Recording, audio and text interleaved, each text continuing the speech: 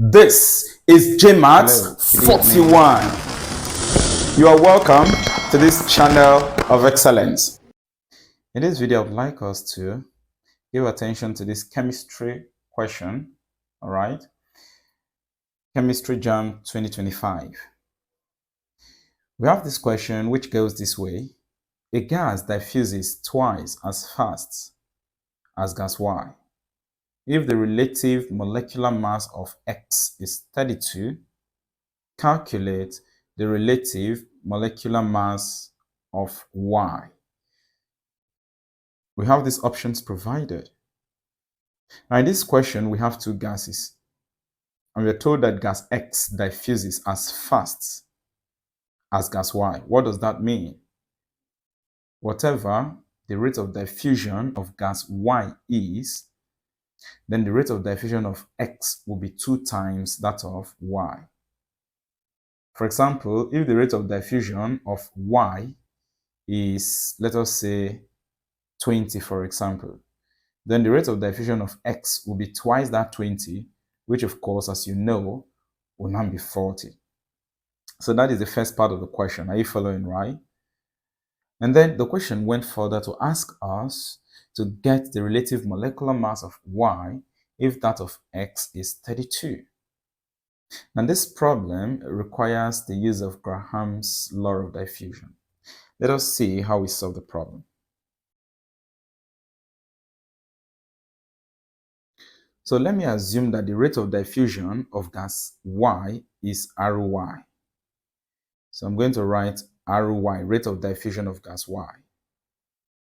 With this, it means that the rate of diffusion of gas X will now be 2 times the rate of diffusion of gas Y. So you take note of this. From the question, we're given the relative molecular mass of gas X. The relative molecular mass of gas X is 32. You can take a look at it here. RMM of gas X is 32.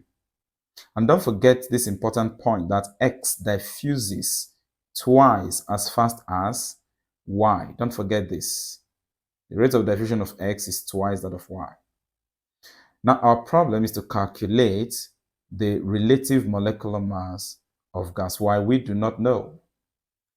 So let us apply Graham's law of diffusion. The formula tells us if you are relating rate of diffusion of a given gas to its molecular weight, to its relative molecular mass. If you are relating it, what is the formula like? We have that the rate of diffusion of gas X divided by the rate of diffusion of gas Y will be equal to the square root of the relative molecular mass of gas Y. Of course, it's inverse. That is why in this case, molecular mass of gas Y is noun in the numerator, but the rate of diffusion is in the denominator on the left-hand side. We're going to divide it by the relative molecular mass of gas X.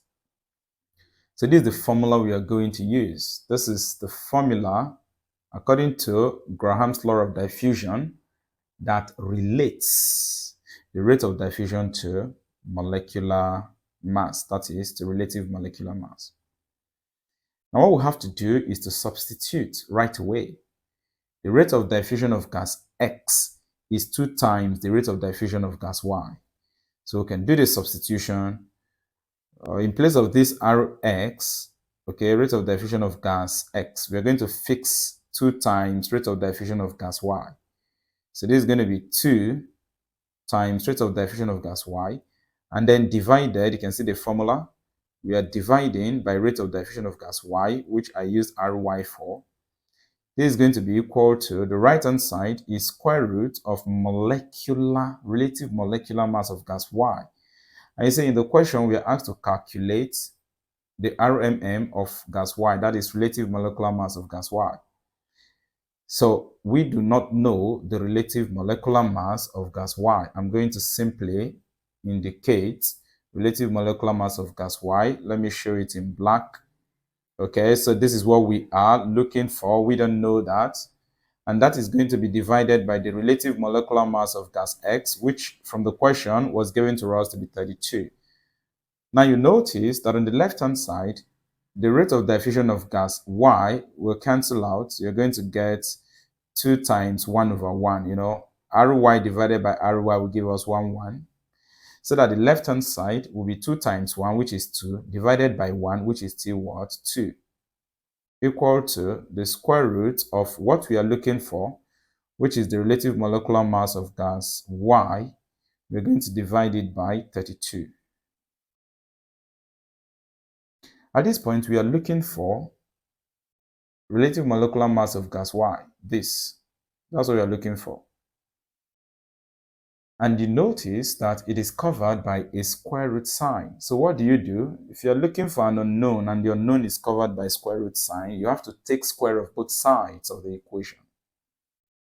So at this point, let us take the square root of both sides of the equation. If you take the square root of the left-hand side, you are going to get 4. And that's going to be equal to, because if you take the square root of this whole term, okay, if you take the square rather of the right-hand side, the square root will disappear. For the left-hand side, if you take the square, you're going to get 4 as I showed earlier, right? Then the right-hand side, take the square root will disappear, okay? The square root will disappear. So let us see what we have.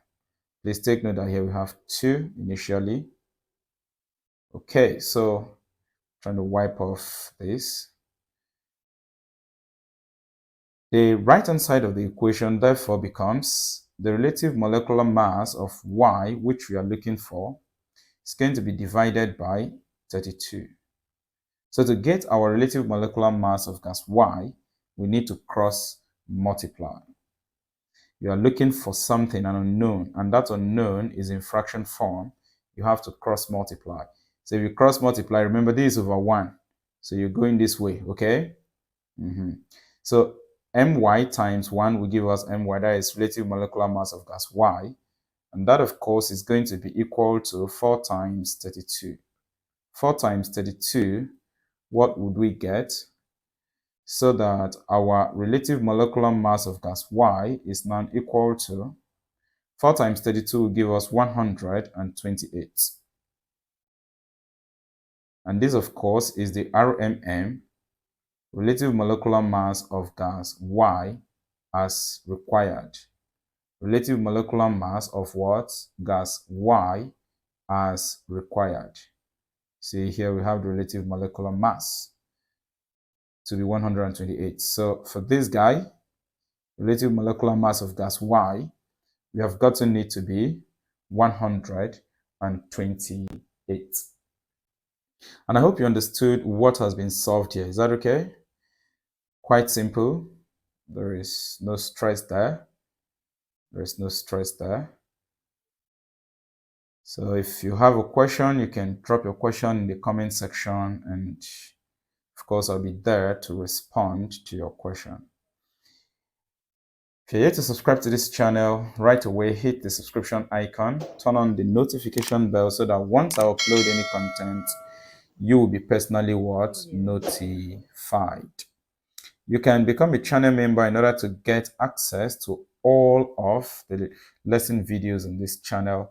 And of course, the channel membership have platinum level, you have diamond level. These are monthly packages that you can support this channel with, and you get access to all of your lessons as you prepare for Jamb, and of course as you prepare for WAEC and other examinations. So what is the correct answer from what we have solved? The correct answer is 128, and from the options provided, it is option A. Take note of the key things I highlighted in the question. Are you following right? That's the focus of the question. Very important that you take note of it. It's all right. I'll be seeing you in our next class where we'll be solving another question. I'm going to show you that question here. See, what is the percentage of sulfur in sulfur 4 oxide? What is the percentage of sulfur in what? Sulfur 4 oxide. We shall be dealing with that question. There are many more questions we are going to be dealing with, so you make sure that you always stay tuned.